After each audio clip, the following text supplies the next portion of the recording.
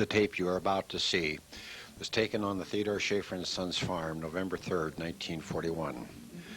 The National Cornhuskers Contest was the last one to be held in the United States. These pictures that you are seeing now are of Floyd Wise, who later was from national champion. Now the slow motion pictures that you saw there were at a practice field over in the Streeter area. Our farm consisted of a farm of 280 acres, very ordinary type of farm. What you're about to see now are the magazines of the 11 states that sponsored contests. There were 2 contestants from each state, the champion and the runner-up. That made 22 Huskers that were to compete in the national contest. The state contest was also held on our farm on the 30th of October. At that time, Floyd Wise of Prairie Center, Illinois, was a winner. Leland Klein of Metamora was a runner-up. This is the 100th anniversary edition of the Prairie Farmer, and 1941 was the 100th year that Prairie Farmer had been in existence. The field consisted of 160 acres, 120 rods long, 6 rows to a land. On the night before the contest, on Sunday night, there was a banquet in Hotel Kaskaskia. The champions of each state drew for their lands. Each one drew a number out of the hat, and that was their land to pick in. The runner-up had the corresponding land 11 lands away. So Floyd Wise picked number 1, Leland Klein had number 12. The man issuing out with the hat there is Art Thompson, was an editor of Wallace Farmer, Iowa.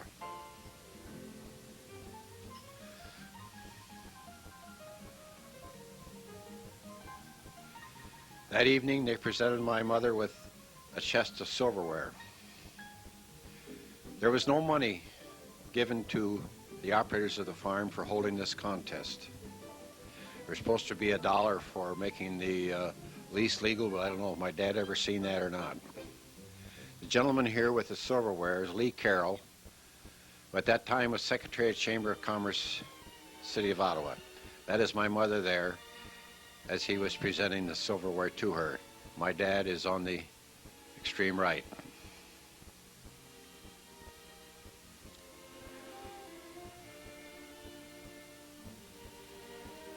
It had been the wettest October in Chicago Weather Bureau history, but that Monday morning the sun came out bright and clear and the mud had somewhat dried up.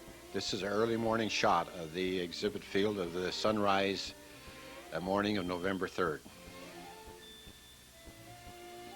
The exhibit field consisted of 40 acres, which was a square 80 rods on each side. This is myself, my dad, and my brother Herbert. They got us out of the cow barn that morning. He was milking cows to take this picture. In the background, what you see is the barrage balloon that Goodyear Company had on the exhibit there. These were used during World War II for harbor installations and so on. That was on exhibit at the grounds. Aerial view of Tonopah that early Sunday morning. And here are the cars coming for the contest. This is from the south edge of Tonopah.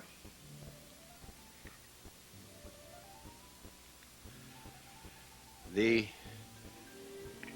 sign that you're about to see is where the Village Inn restaurant is now located. At one time, they said that traffic was lined up 5 miles north to the city of Oglesby. At the time of this video was being made, I do have that sign in my truck garage. This was the gate of my father's residence.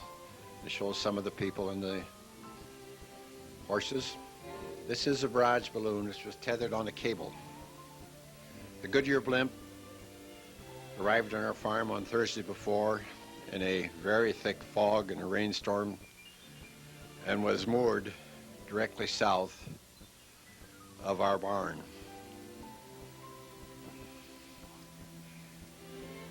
Because of inclement weather, they didn't take it off until Sunday. So they flew all day Sunday and on Monday, the day of the contest. Here you can see the tents that circle the 40-acre field. And you can still see some of the water. At one time there was more water than this. It was taken very early on Sunday morning. The water had mostly disappeared by Monday. You see the south end of the field there. You see the lands of 6 rows of land. You see the Ford Trimotor coming in. Aerial view of the home farm. This is where Helen and I live. We were married that spring. And this is our farm home. And as of this tape, we are still living there. The Goodyear blimp shadow going over our barn. One of the parking lots of the many people that came to the contest was estimates of 100,000. Round barn, which is quite a fixture in that area, quite a landmark, still standing. All aerial views were taken from the Goodyear blimp.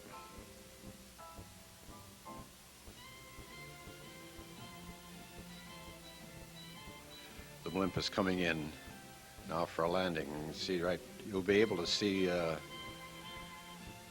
crowds leaving after they had moored the blimp to the mast.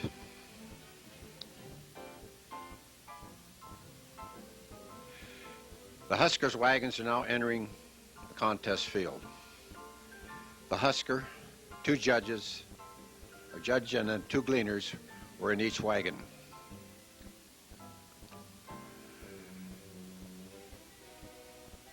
The Oglesby Municipal Band marching through the corn stalks, the drum major. The aerial bomb is to go off at 12 o'clock. After the bomb left off, they left the people in the field. See, here come the people.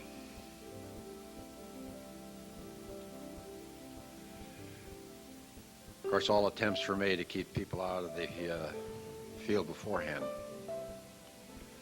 The gentleman there was director of the National Farm and Home Hour. Now they are going to light the bomb. There's the bomb.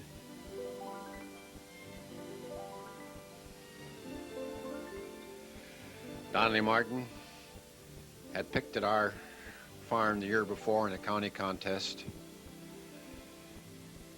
That year he had moved to Minnesota, so he thought that he could get on to win the state contest in Minnesota, and this is what he done. He went to Minnesota, won the state contest in Minnesota, came back to his hometown, home county of LaSalle, to pick in the national contest.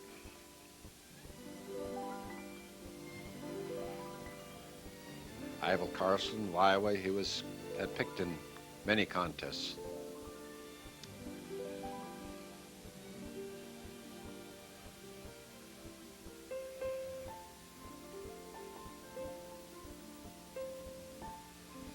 The corn is planted 42-inch on the center, 3 stalks to a hill. It's a much thinner stand than we picked today, probably yielding somewhere in the 80-85 bushel range.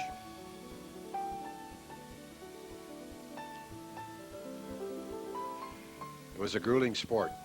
They picked 80 minutes. Leland Klein of Woodford County was runner-up in the national contest with 45.2. Notice the difference when the next time we have Floyd Wise's score, a very small margin of victory, just the weight of an ear or 2 of corn.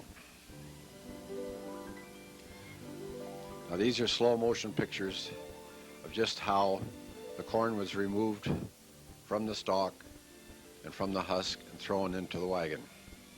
They wore what they called a hook on their left hand. Right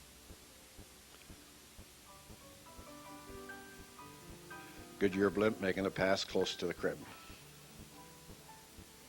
Here they're weighing the 100-pound samples of corn to do this, to sort. They docked the huskers for leaving too much husk on the corn, and also for corn they left in the field, gleanings. There was a table which they used to come to the final figure of the actual load. Stage out in the staging area there, and WLS entertainers entertained the crowd there, and there you see the people. The round barn in the background.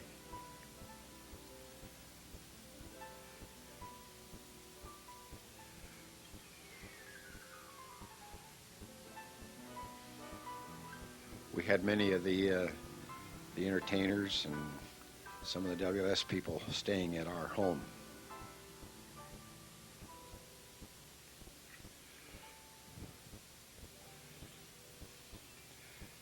This was the last contest that was held because the fact that the war started in December of that year. Now the Farm Progress shows, these were actually the forerunner, what is today the Farm Progress shows, as far as manufacturers putting on their exhibits and things, are very, very much the same. Somewhat on a smaller scale.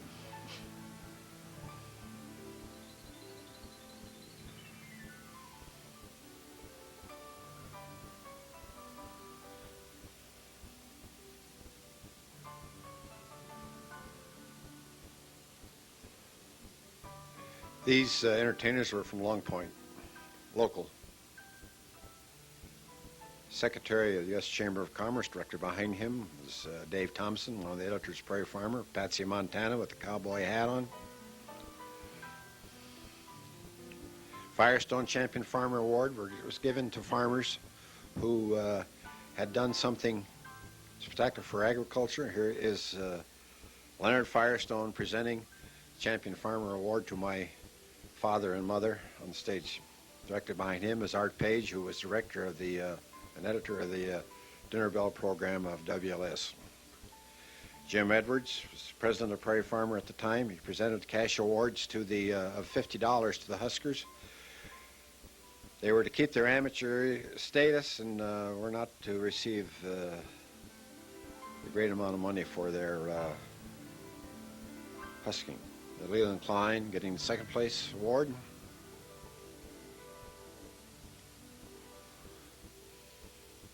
John Strom, Prairie Farmer.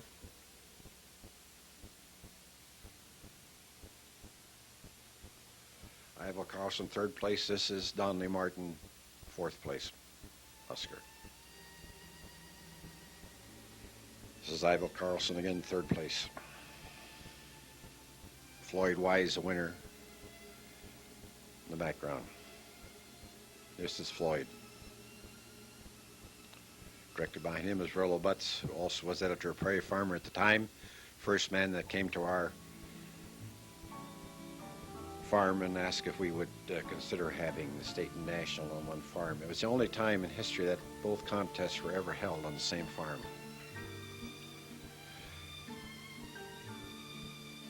Floyd Wise told me in his later years that he doesn't know what happened to this trophy the last time he saw it. It was in the Saddle and Sirloin Club at Chicago Union Stockyards in Chicago. Whether it disappeared from there, he said he never